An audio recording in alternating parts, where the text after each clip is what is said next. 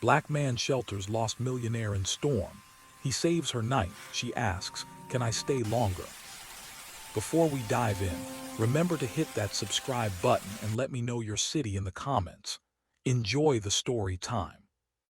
The rain began as whispers against glass, then transformed into a deafening roar. Alina Monroe's knuckles whitened around the steering wheel of her Mercedes SUV as she cursed herself for dismissing the weather warnings. 31 years old, founder of a seven-figure consulting empire in Charlotte, and she'd allowed arrogance to override wisdom. The mountain road twisted through darkness ahead, visibility collapsing to nothing. She'd escaped the city on Friday afternoon, desperate for respite from another punishing week of board meetings and growth projections. Her lakeside retreat near Asheville promised solitude, expensive wine, and blessed silence. What it hadn't promised was this: a flash storm transforming mountain roads into rivers, her GPS signal vanishing, her phone flickering between one bar and nothing. The Mercedes hydroplaned. Alina's heart hammered against her ribs as the vehicle skidded sideways, tires shrieking. She wrestled for control, barely avoiding the ravine. Her hands trembled violently on the wheel. This wasn't supposed to happen. Not to her. She'd planned everything meticulously, studied weather patterns, packed with precision. She wrote five-figure checks to disaster relief organizations annually, helped people in situations exactly like this. She wasn't supposed to be the one needing rescue. Lightning split the sky, illuminating dense forest pressing in from both sides. No houses, no lights, nothing but trees and rain and her own ragged breathing. The fuel gauge hovered at a quarter tank. Her phone was worthless. The temperature was dropping. Alina had spent her entire adult life constructing walls between herself and vulnerability. She'd grown up in Chapel Hill, daughter of a real estate magnate and a former debutante, private schools, cotillions, summers in the Hamptons. She'd learned early that money meant security, that proper connections opened doors, that people without resources simply hadn't worked hard enough. Her business proved it. She transformed a $50,000 loan from her father into an empire through sheer determination and 80-hour weeks. But determination couldn't halt the storm, and money couldn't manifest a gas station from thin air. Another lightning flash revealed something ahead, a break in the trees, possibly a driveway. Alina turned without thinking, desperate for any shelter. The Mercedes bumped down a narrow dirt path, branches scraping against expensive paint. She didn't care. The path opened into a small clearing. There, barely visible through the downpour, stood a cottage, small, weathered, with lights glowing in the windows. Smoke rose from a chimney despite the rain.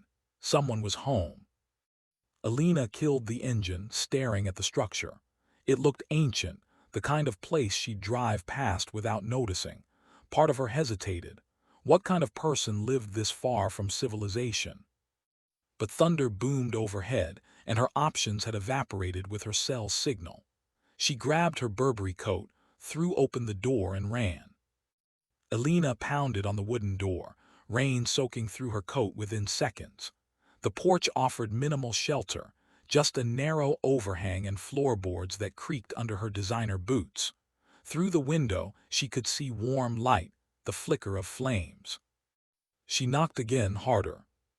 The door opened. A man stood there, maybe 35, tall and solid, dark skin catching the firelight behind him.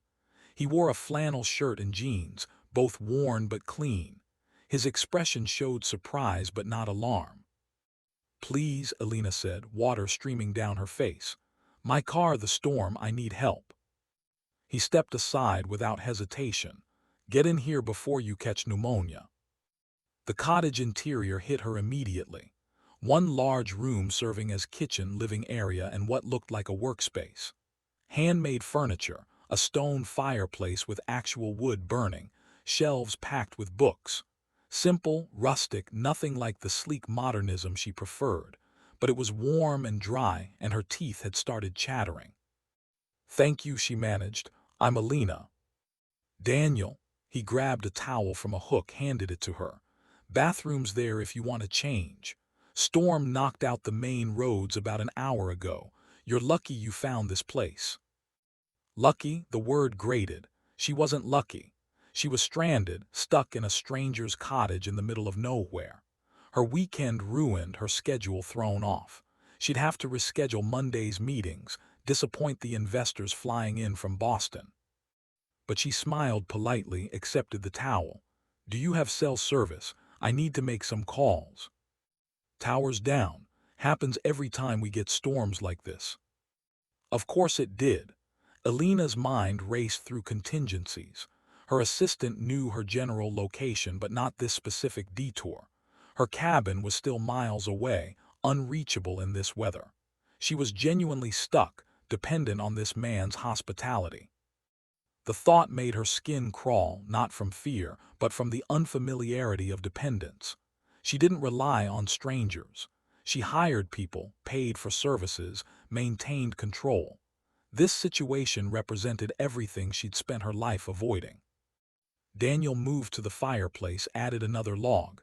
I've got soup on the stove if you're hungry. Coffee too. That's kind, but I don't want to impose. The words came automatically, her mother's training about gracious refusal. You're already here, Daniel said simply. May as well eat. Alina clutched the towel, acutely aware of how she must look, expensive clothes soaked through, makeup probably running, her carefully maintained image dissolving in mountain rain. In Charlotte, she controlled every interaction, every impression. Here, she controlled nothing, and that terrified her more than the storm outside. Alina emerged from the bathroom wearing her spare clothes, cashmere sweater, designer jeans that cost more than most people's monthly rent. She dried her hair as best she could, reapplied minimal makeup from the emergency kit in her purse. Some semblance of control restored, even if the setting remained beneath her usual standards. Daniel had set 2 bowls on a small wooden table. The soup smelled better than she expected, rich with herbs and vegetables. He poured coffee into mismatched mugs, completely unbothered by the lack of matching dinnerware. Alina's own kitchen featured a complete Williams-Sonoma set, every piece coordinated.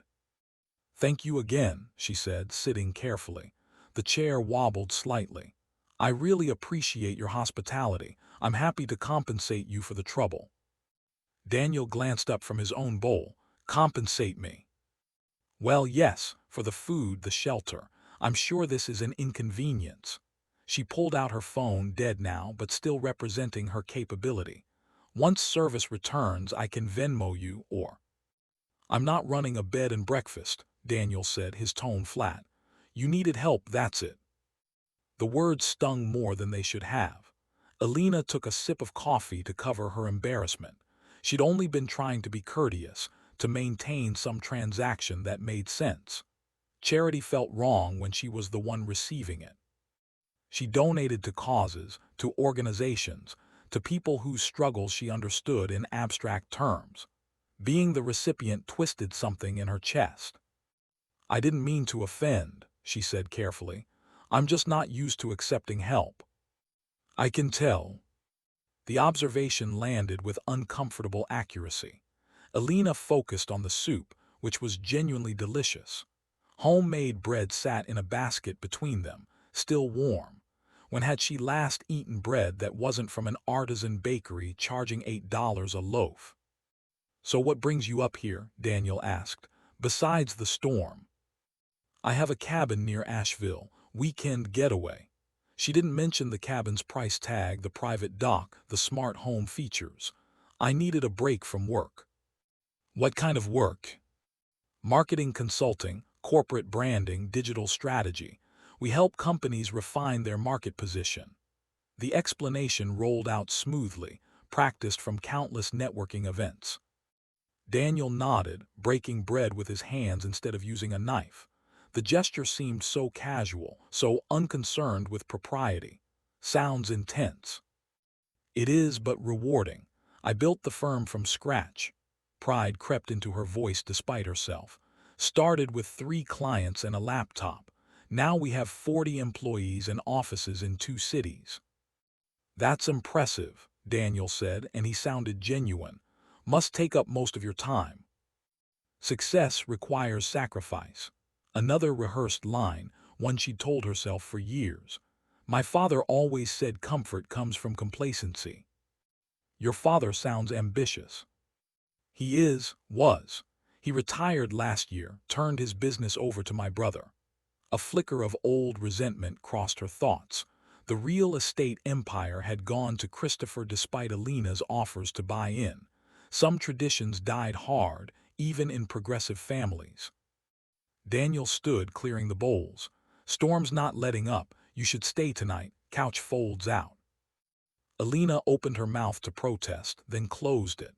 Outside, rain hammered against the windows with renewed fury. She had no choice, and that reality sat heavy in her stomach, far heavier than the soup. The fire crackled while Daniel washed dishes by hand in a deep ceramic sink. No dishwasher. No modern conveniences she took for granted. Alina sat on the couch, a patchwork quilt draped over her shoulders, watching him work with efficient movements.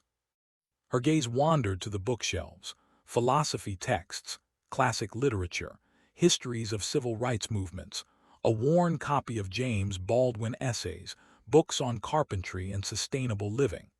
Nothing she'd expected from someone living in a mountain cottage with no cell service. You read a lot, she observed, immediately feeling foolish for stating the obvious. Not much else to do up here, Daniel replied, drying a bowl with a cloth. No streaming services when the internet's spotty. Don't you get bored, isolated? He turned, leaning against the counter. Bored? No, isolated sometimes, but it's better than what I had before. The statement hung between them, weighted with unspoken history. Alina's curiosity prickled, but her upbringing demanded she wait for him to offer information rather than pry. Except he didn't elaborate. He just returned to drying dishes, humming something low and melodic. What did you do before? The question escaped before she could stop it. Before here, I mean. Daniel was quiet for a long moment. I worked in Atlanta, tech sector, software development. Alina straightened. Really, that's I wouldn't have guessed. What would you have guessed? His tone remained neutral, but something sharpened in his posture. She scrambled to recover. I just meant living out here seems so different from tech culture. The Silicon Valley types I know wouldn't last a day without high-speed internet and DoorDash. I'm not from Silicon Valley. Right, Atlanta. Still, it's a big shift from that world to, she gestured around the cottage, trying to find words that wouldn't sound condescending. This. To what? Simplicity, peace. Daniel set down the towel. I left because the world you're describing almost broke me. 70-hour weeks, constant performance reviews, being the only black developer in rooms full of people who questioned my credentials daily. I had everything you're supposed to want, corner office, 6 figures, stock options.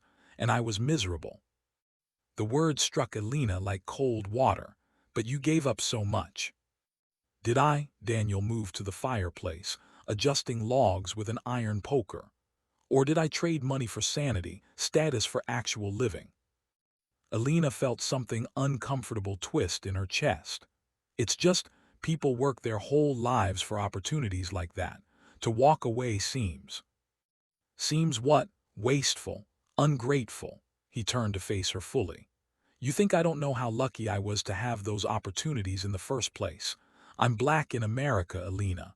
I know exactly what doors were supposed to stay closed, but knowing that didn't make the cost worth paying. The room felt smaller suddenly. Alina pulled the quilt tighter, realizing she'd stumbled into territory she didn't understand. In her world, success meant climbing higher, earning more, expanding constantly. The idea of voluntarily stepping away felt foreign, almost threatening. I didn't mean to judge, she said quietly. Didn't you?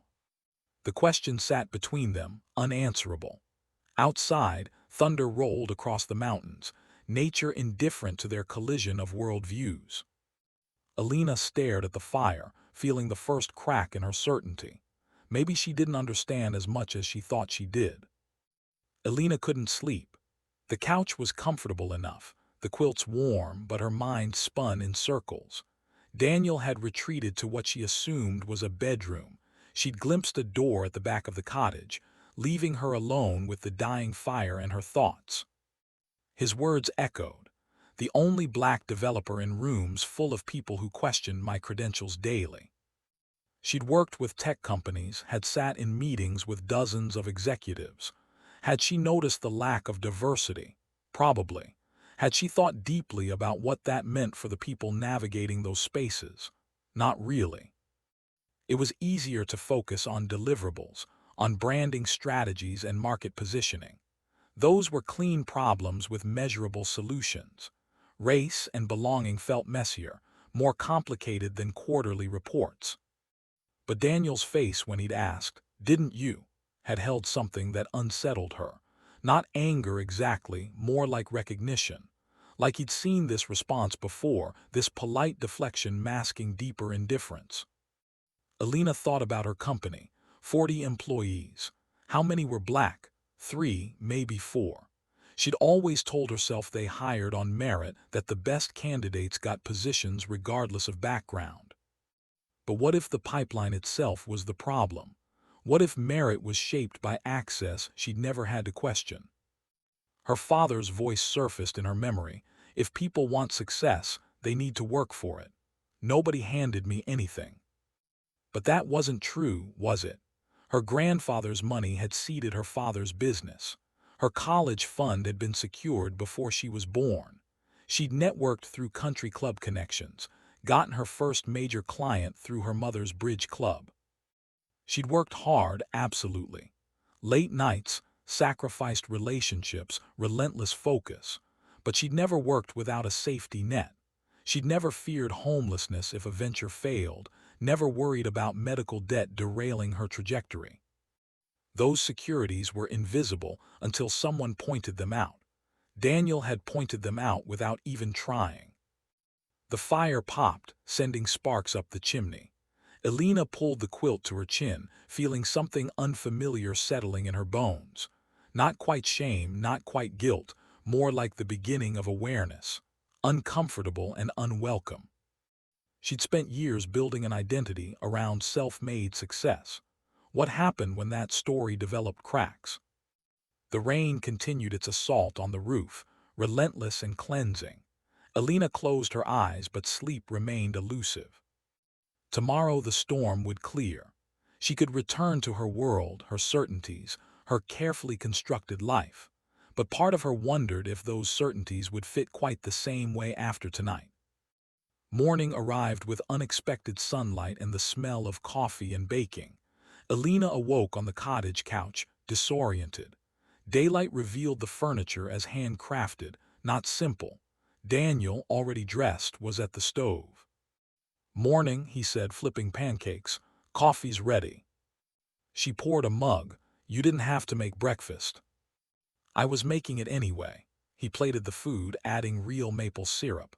Storm cleared at dawn. Roads should be passable by noon. Relief mixed with a flash of disappointment. "Thank you for everything. I know I wasn't gracious last night." "You were scared. People react differently." A knock interrupted their meal. Daniel opened the door to an older black woman carrying a covered dish. "Morning, Daniel. Brought you some." "Oh." She stopped, seeing Alina. "Mrs. Patterson, this is Alina. Her car got caught." "Alina, this is my neighbor, Ruth Patterson." "Pleasure," Ruth said warmly. "Brought you that cornbread, Daniel. Lost a tree in my backyard." Daniel's concern was immediate. "Is the house okay?" "House is fine, but the tree took out part of my fence."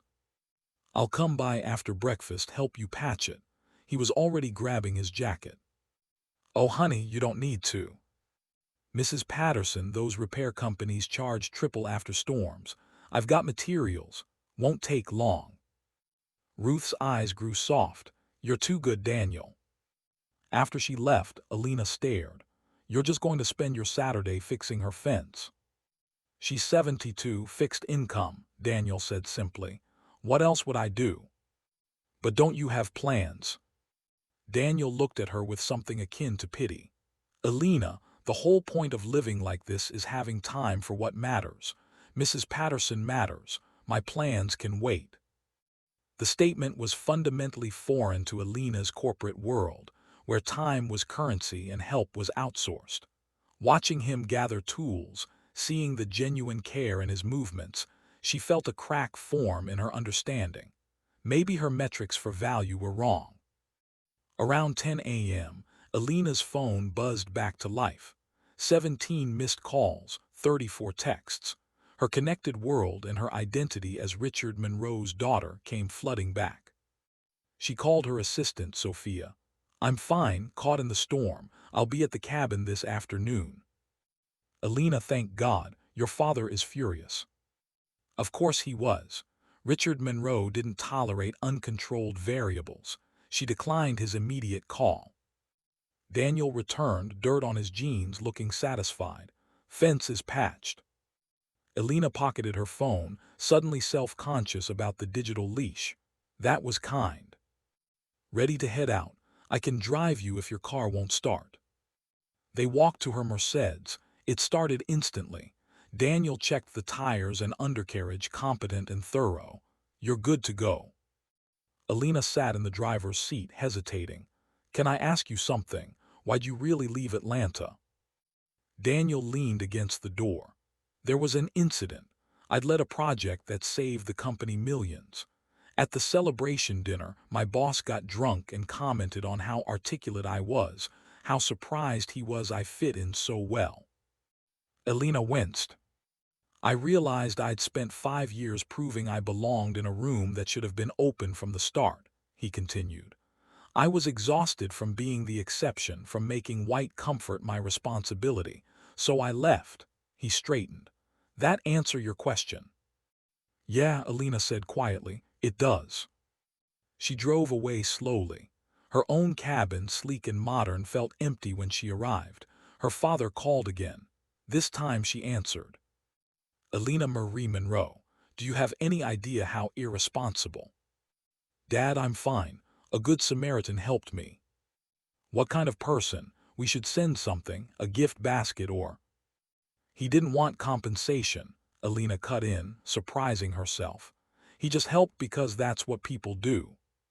Silence. Then, "Well, regardless, you need to be more careful. People like us can't afford these mistakes."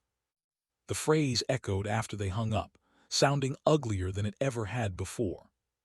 3 days later, Alina drove back. She wanted to thank him properly, but she mostly wanted answers. Daniel opened the door, surprise crossing his face. "I hope I'm not intruding. I came back because I can't stop thinking about what you said, about leaving." He poured 2 coffees. "What do you want to know?" "I don't even know where to start. In my world, success is climbing. You walked away from all that. I can't reconcile it." "Because you've never had to question whether the climb is worth it," Daniel said gently. "When you're black in corporate America, every step up is a negotiation with your dignity. Every meeting is a calculation of how much authenticity you can show. That can't be everyone's experience." "It's common enough." He leaned forward. "In your company, what does culture fit mean? What does professionalism look like?" Alina shifted. "Appropriate dress, communication, timeliness." "Whose standards?" Daniel pressed. "What's professional in your office looks different than a black barbershop, but only one gets called universal." The words were heavy. Alina wanted to defend her policies, but she'd seen her office, watched who got promoted and who got second chances. "I never thought about it that way." "Most people don't. That's how the system works. It works by being invisible to the people it advantages." "So what do I do?" Daniel smiled. "First step is admitting there's something to fix. Second step is listening when people tell you about their experiences instead of explaining them away, like you tried to do the other night."